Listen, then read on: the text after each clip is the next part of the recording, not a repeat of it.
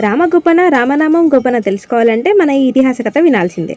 పట్టాభిషేక సమయంలో దేవతలంతా సమావేశమైనప్పుడు నారదుడు దేవుడు గొప్పన దేవుడు నామం గొప్పన అని అన్నప్పుడు ఇందులో భాగంగా నారదుడు కాశీరాజైన యయాతితో నీ వద్దకు వచ్చిన విశ్వామిత్రుడిని అతిథి మర్యాదలు చేయవద్దని చెప్పడంతో యయాతి అలానే చేస్తారు. ఆగ్రహించిన విశ్వామిత్రుడు రామతో యయాతిని చంపమని చెప్తారు. ప్రాణభయంతో నారదుడు చెప్పినట్లు అంజనీమాత వద్దకు వెళ్లి కాపాడమని కోరగా నా కొడుకు రక్షిస్తారు అని చెప్తారు. హనుమ నాకు ప్రాణభయం ఉంది రక్షించండి అనగానే హనుమ అభయమిస్తారు. యయాతిని చంపడానికి వచ్చిన శ్రీరామునితో యయాతికి మాట ఇచ్చాను విడిచిపెట్టమని వేడుకుంటారు. కానీ శ్రీరాముడు గురువు ఆజ్ఞ పాటించాలి అని తప్పనిసరి పరిస్థితిలో హనుమతో యుద్ధానికి దిగుతారు. శ్రీరామ హనుమ మీద అస్త్రాలు సంధిస్తారు. కానీ హనుమ రామ మీద భక్తితో ధ్యానంలో కూర్చొని రామనామ జపం చేస్తూ ఉంటారు.